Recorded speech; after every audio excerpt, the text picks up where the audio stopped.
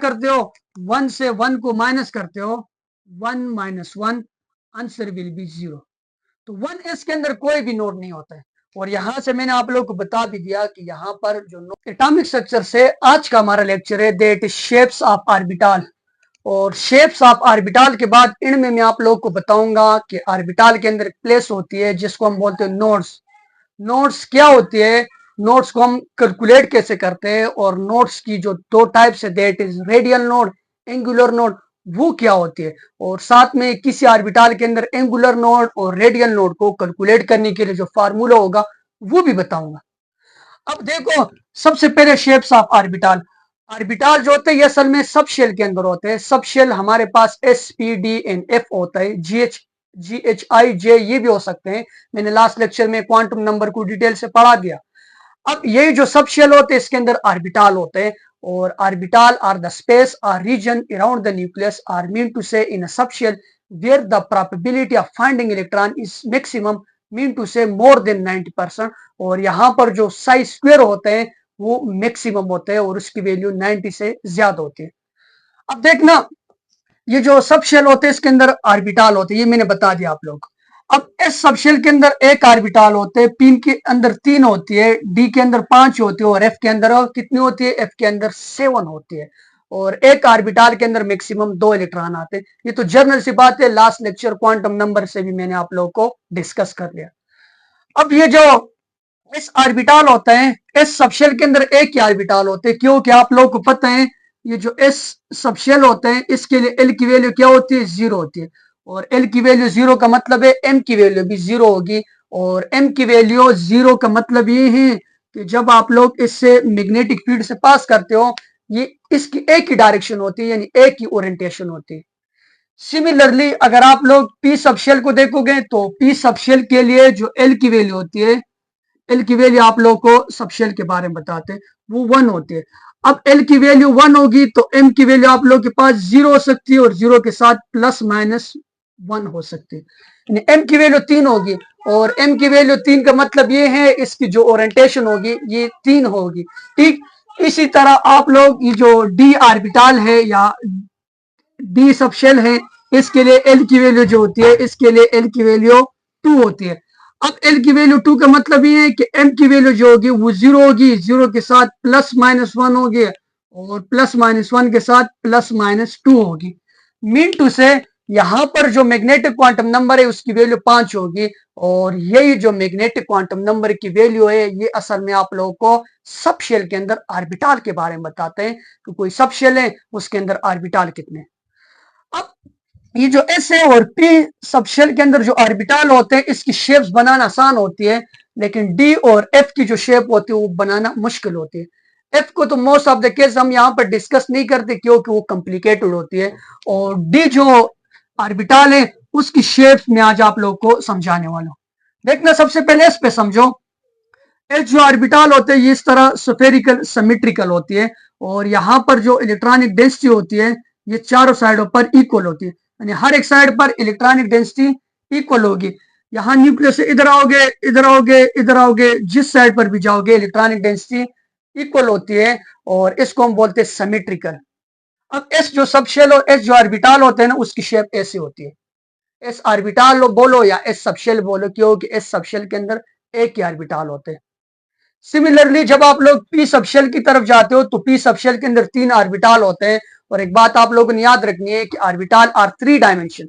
इसकी जो डायमेंशन होती है वो तीनों साइड पर होती है। मतलब ये अगर मैं भी पी सबशेल बनाता हूँ, पी सबशेल के अंदर जो है ना या ऑर्बिटल के अंदर आप लोग के पास क्या होता है, ऑर्बिटल 3 डायमेंशन होते हैं, इसके अंदर 3 एक्सिस होते हैं। ये पी एक्स एक्सिस, ये वाला पी वाई एक्सिस, और ये वाला जो है ना ये पी जेड एक्सिस। ये पी एक्स एक्सिस, ये पी वाई एक्सिस, और ये वाला पी जेड एक्सिस। अब अगर आप लोग देखोगे तो पी ऑर्बिटल मैंने बताया ये 3 तरह के होते हैं। यहाँ एम की वैल्यू से आप लोग को पता चलते हैं, पी एक्स, पी वाई, और साथ में पी जेड, और ये डम्बल शेप होते हैं। अब यहाँ अगर आप लोग पी ये वाला अगर ये पी एक्स एक्सिस है, ये वाला पी वाई एक्सिस है, और ये वाला पी जेड एक्सिस है। अब अगर आप लोग पी एक्स ऑर्बिटल को बनाओगे तो पी एक्स ऑर्बिटल ऐसा होगा, यानी इसको आप लोग इसके ऊपर, और सिमिलरली इसको इसके ऊपर। ये वाला आप लोग के पास क्या है, ये पी एक्स एक्स ऑर्बिटल है जो एक्स एक्सिस के ऊपर है। सिमिलरली अगर आप लोग पी वाई को बनाओगे तो पी वाई वाला आप लोग के पास एस हो जाएगा, इसको बनाना बड़ा आसान है। और पी जेड को बनाओगे तो वो इस तरह हो जाएगा। ये एक चीज है, ये जो पी ऑर्बिटल है ना, इसकी शेप ऐसी होगी, डम्बल शेप है। और ये आप लोग के पास अनसिमेट्रिकल होता है, पी ऑर्बिटल जो है ना ये अनसिमेट्रिकल होते हैं, और ये जो एस ऑर्बिटल होता है ये सिमेट्रिकल होते हैं। ये पी ऑर्बिटल के बारे में होगी। अब डी सबशेल को अगर आप लोग देखोगे तो डी सबशेल के अंदर 5 ऑर्बिटल होते हैं। इसको मैं आप लोग के सामने इस तरह बनाता हूं, देखना इसी जगह पर ही बना लेता हूं, या इसको मैं मिटाता हूं क्योंकि डी सबशेल को बनाना बड़ा मुश्किल होता है ऑर्बिटल को, तो उसी को मैं बना देता हूं। डी सबशेल को अगर आप लोग देख तो उसके अंदर 5 ऑर्बिटल है, वहां से आप लोग देख सकते हो, और उनका नाम मैं यहाँ आप लोग के सामने लिखता हूं। एक हो जाएगा डी जेड स्क्वायर, या पहले मैं इस तरह लिखता हूँ D X square Y square. दूसरा हो जाएगा डी जेड स्क्वायर। तीसरा हो जाएगा डी एक्स वाई। चौथा हो जाएगा डी वाई जेड। पांच हो जाएगा डी जेड एक्स। ये जो पी सबशेल है उसके अंदर 5 ऑर्बिटल है, उसके नाम ये है। और ये जो आप लोग के पास मेंशन करते एक्स वाई या जेड, ये क्या है, ये एक्सिस है, यानी 3 डायमेंशन स्पेस होते हैं ऑर्बिटल की, एक्स एक्सिस, वाई एक्सिस और जेड एक्सिस। अब इनको बनाने के तरीके मैं आप लोग को बनाता हूँ। D X square Y square और डी जेड स्क्वायर, इनको बनाना तो आसान होता है, ये ऑन द एक्सिस होते हैं, और ये वाले जो होंगे ना ये आउट ऑफ एक्सिस हो गए, यानी ये एक्स एक्सिस और वाई एक्सिस के दरमियान में होते हैं, और ये बिल्कुल उनके ऊपर होते हैं। ये जो पी ऑर्बिटल होते हैं जब इसको एनर्जी नहीं मिलती है तो ये सारे डी जनरेट होते हैं। डी जनरेट ऑर्बिटल वो होते हैं जिनकी एनर्जी सेम होती है।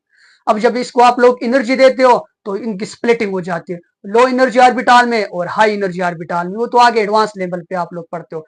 T2G और EG, ये वाला इनकी एनर्जी कम हो जाती है और वो इनकी एनर्जी ज्यादा हो जाती है। ये तो आम सी बात है, लेकिन आम स्टेट के अंदर इनकी एनर्जी क्या होती है, सेम होती है। अब D X square Y square को आप लोग बना रहे हो, तो इनको बनाने के लिए आप लोगों ने ऐसा करना है कि जिनको आप लोग बना रहे हो सबसे पहले वो एक्सिस लिख लो। अब मैं क्या करता हूँ, ये डी एक्स एक्सिस है और ये वाला डी वाई एक्सिस है, ये डी एक्स एक्सिस है और ये डी वाई एक्सिस। जेड को भी छोड़ दो, जेड को नहीं लिखना। अब इसके जो लॉब्स है ना ये दोनों कहां पर है, एक्स एक्सिस के ऊपर है। इस साइड पर भी एक्स एक्सिस के ऊपर है और इस साइड पर भी एक्स एक्सिस के ऊपर है।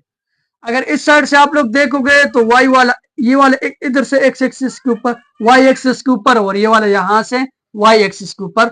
और एट द एंड आप लोगों ने क्या कर लेने, ये जो जेड एक्सिस है इसको इस तरह लिख लेने।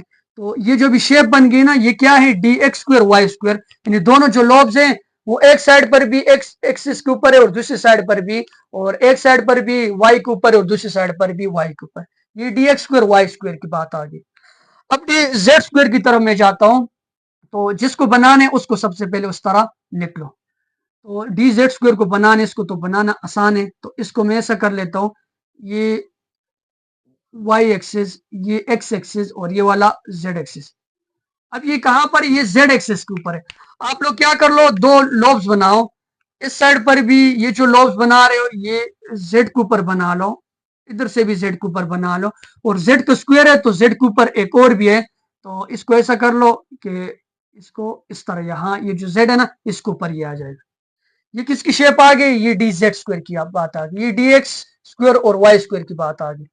अब आगे जाते हैं, तो तीसरा वाला है डी एक्स वाई, जिसको बनाने है सबसे पहले वो एक्सिस लिख लो, ये वाला वाई एक्सिस, और ये जो है ना ये वाला, ये आप लोग के पास एक्स एक्सिस हो गया। अब डी एक्स वाई का मतलब ये एक्स और वाई के बीच में, एक्स और वाई के बीच में, तो बीच का मतलब ये एक इधर से आ जाएगा, दूसरा इधर से आ जाएगा, तीसरा आप लोग के साथ इधर से आ जाएगा, और चौथा इधर से आ जाएगा। 4 लोब्स हो जाएंगे टोटल ना। तो ये आप लोग के पास क्या है, डी एक्स वाई है, और जेड एक्स जो रह गया तो उसको आप लोग इधर से इस तरह बना लो। ये किसकी आ गई, ये डी एक्स वाई की आ गई। अब डी एक्स वाई के बाद जो रह गए वो है डी वाई जेड। अब डी वाई जेड को मैं बनाता हूं, तो जिसको बनाना है उसको सबसे पहले लिख लो, ये वाला वाई एक्सिस, और ये वाला क्या है, ये वाला जेड एक्सिस। जो आखिर में रहेगा उसको फिर बाद में आप लोगों ने बनाना है। अब इन दोनों के बीच में आप लोग क्या कर लो, 2 लोब्स बनाओ, ये इधर से इस तरह और ये वाला इधर से इस तरह। अब जो रह गया तो ये इधर से इस तरह, और ये जो है ये इधर से इस तरह। अब क्या है, तो एक्स रह गया तो एक्स को आप लोग इस तरह दरमियान में लाइन लगा, ये क्या है, ये है dy z। dy z के बाद इनमें जो रहेगा वो है dz एक्सिस। dz एक्स को मैं इधर से बना लेता हूं, इधर ही बनाता हूं। देखो ये z एक्सिस ये वाली, और z एक्सिस के साथ साथ ये वाला यहाँ पर क्या है, ये x एक्सिस।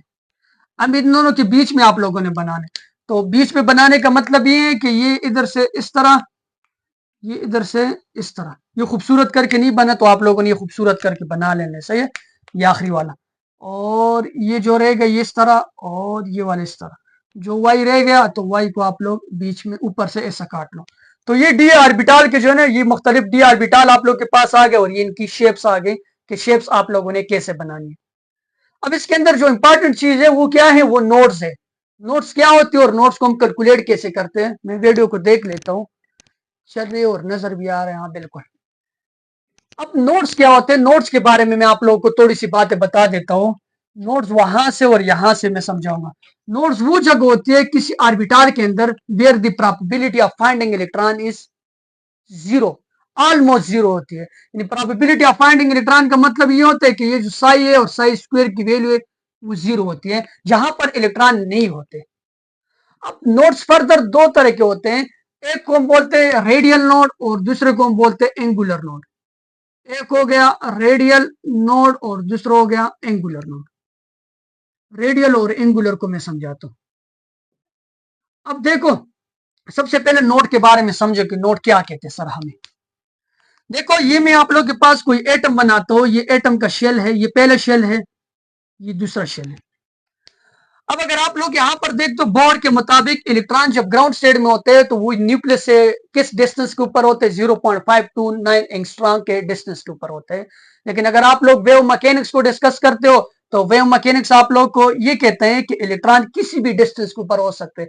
लाजमी नहीं है कि इलेक्ट्रॉन जब ग्राउंड स्टेट में होगा तो वो न्यूक्लियस से 0.529 एंगस्ट्रॉम की डिस्टेंस के ऊपर होगा, ये तो बोहर कहता है। लेकिन वेव मैकेनिक कहते वो किसी जगह पर भी हो सकते हैं। अब यहाँ पर पहला शेल है और इनके दरमियान दूसरा शेल है, इलेक्ट्रॉन या यहाँ पर होगा या यहाँ पर होगा। और इसी तरह आप लोग ऊपर की तरफ जाते हो तो ऊपर की तरफ ये और शेल भी आप लोग ड्रा कर सकते हो। अब पहले शेल और दूसरे शेल के दरमियान में ये एक जगह है जहां पर इलेक्ट्रॉन जो है ना उसकी प्रोबेबिलिटी नहीं हो सकती, इलेक्ट्रॉन यहाँ पर नहीं पाए जा सकते। मतलब ये अगर आप लोग हाइड्रोजन के केस में लेते हो तो ये 1s है और ये क्या है, ये 2s है। अब 1s और 2s के दरमियान में ये एक जगह है, और इसी जगह का नाम असल में क्या होता है, नोड्स होते हैं, जहां पर इलेक्ट्रॉन की प्रोबेबिलिटी जीरो होती है और जहां पर इलेक्ट्रॉन की प्रोबेबिलिटी मैक्सिमम होती है।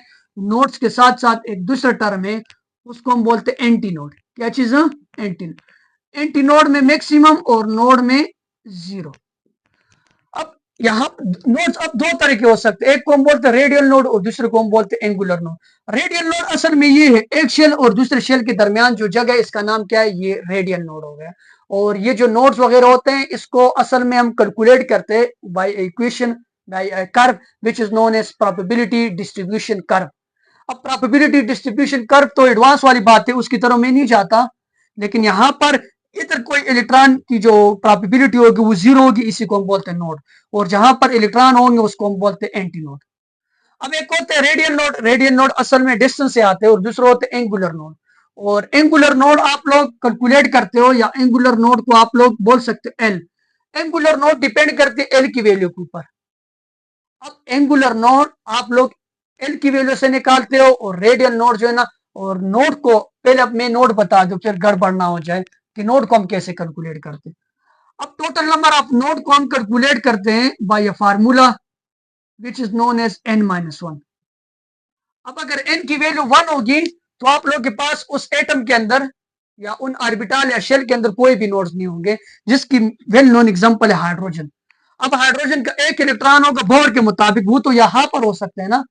अब दूसरे तो कहते हैं रेडियल वाले केस में, या वेव मैकेनिक्स तो आप लोग को कहते हैं, लेकिन हाइड्रोजन का स्पेक्ट्रम या हाइड्रोजन के एटम को बोहर, और अब हम बोहर की सारी बातें कर रहे हैं। तो जब ये यहां पर होगा तो इसके अंदर कोई भी नोड्स नहीं होंगे, क्योंकि 1 से 1 को माइनस करोगे तो नोड्स की वैल्यू 1 आ जाएगी, जीरो आ जाएगी, तो कोई नोड्स नहीं होगा। अब टोटल नोड्स को कैलकुलेट करने के लिए ये फार्मूला है, टोटल नोड किसी एटम के अंदर कितने होंगे, और एंगुलर नोड को बराबर करने आप लोगों ने एल की वैल्यू पे। एल की वैल्यू क्या मतलब सर, अब अगर एस सबशेल है या एस ऑर्बिटल है, उसके अंदर कोई भी एंगुलर नोड नहीं होंगे, कोई भी एंगुलर नोड नहीं होंगे, यहां पर एंगुलर नोड की वैल्यू 0 होगी। इसी तरह पी सबशेल है तो उसके अंदर जो एंगुलर नोड है वो 1 होगा, डी है तो उसके अंदर एंगुलर नोड 2, और एफ है तो उसके अंदर एंगुलर नोड की वैल्यू 3 होगी। टोटल नोड इस फार्मूले से। अब ये नोड जब आप लोग माइनस कर लेते हो तो जो नोड्स रह गए वो आप लोग के पास रेडियल नोड हो जाते हैं। क्या मतलब सर, हमें आप लोग की बातों की समझ नहीं आ रही। देखो, अब मैं ये तो एस ऑर्बिटल के अंदर सिर्फ रेडियल नोड हो सकते, कोई एंगुलर नोड नहीं हो सकते। अब यहां पर देखो, ये मैंने डी ऑर्बिटल बनाया हुआ, या डी को भी छोड़ दो, मैं पी बना ले, तो पी थोड़ा सा आसान है तो पी को मैं बनाता हूं। ये पी हो गया, पी एक्स पी वाई और पी जेड। अब पी ऑर्बिटल के दो लोब्स होते हैं, अगर ये लाई करते हैं एक्सिस के ऊपर तो यहां पर जो है ना, यहां पर इलेक्ट्रॉन मैक्सिमम होंगे। देखो, इसके जो दो लोब्स होते हैं ना, ये वाले लोब, ये। अब यहाँ पर इलेक्ट्रॉन जो होंगे, इलेक्ट्रॉन ये असल में न्यूक्लियस होता है आप लोग की, जो दो नोड्स एक दूसरे के साथ मिलते हैं ना, ये जगह पर न्यूक्लियस होते हैं। और न्यूक्लियस के अंदर, या इसको हम न्यूक्लियस कह सकते हैं, यहाँ पर जो है ना इलेक्ट्रॉन की डिस्ट्रीब्यूशन बिल्कुल ऑलमोस्ट 0 होगी। ये आप लोग के पास असल में क्या, ये है नोड, और यहाँ इस जगह पर और इस जगह पर इलेक्ट्रॉन की डिस्ट्रीब्यूशन मैक्सिमम होगी, इसको हम बोलते हैं एंटी नोड। क्या चीज है? Anti node. अब ये असल में एक नोड आप लोग के पास ये होगा। दूसरी बात ये है, अगर इलेक्ट्रॉन लाई करते पी एक्स एक्सिस के ऊपर, तो यहाँ पी वाई और पी जेड के ऊपर यही है ना, यहाँ पी वाई और पी जेड के ऊपर इलेक्ट्रॉन जो होंगे वो नहीं होंगे। और वो एक्सेस जहां पर ओरिएंटेशन ऑफ ऑर्बिटल मैक्सिमम होती है, यानी यहाँ पर इलेक्ट्रॉन की, या यहाँ पर जो है ना, यहाँ पर आप लोग के पास क्या होंगे, इस जगह के ऊपर अगर इलेक्ट्रॉन होंगे तो इन दोनों जगह के ऊपर इलेक्ट्रॉन नहीं होंगे। और जहां पर ओरिएंटेशन ऑफ ऑर्बिटल लाई करती है, इसको हम बोलते हैं नोडल एक्सिस, और इन दोनों जगह को हम बोलते हैं नोडल प्लेन। अब यहां पर ये नोडल एक्सिस है और ये दोनों नोडल प्लेन है। यहां पर इलेक्ट्रॉन होंगे इस जगह पर, यहां पर, और यहां पर अब पी ऑर्बिटल के अंदर इलेक्ट्रॉन नहीं होंगे।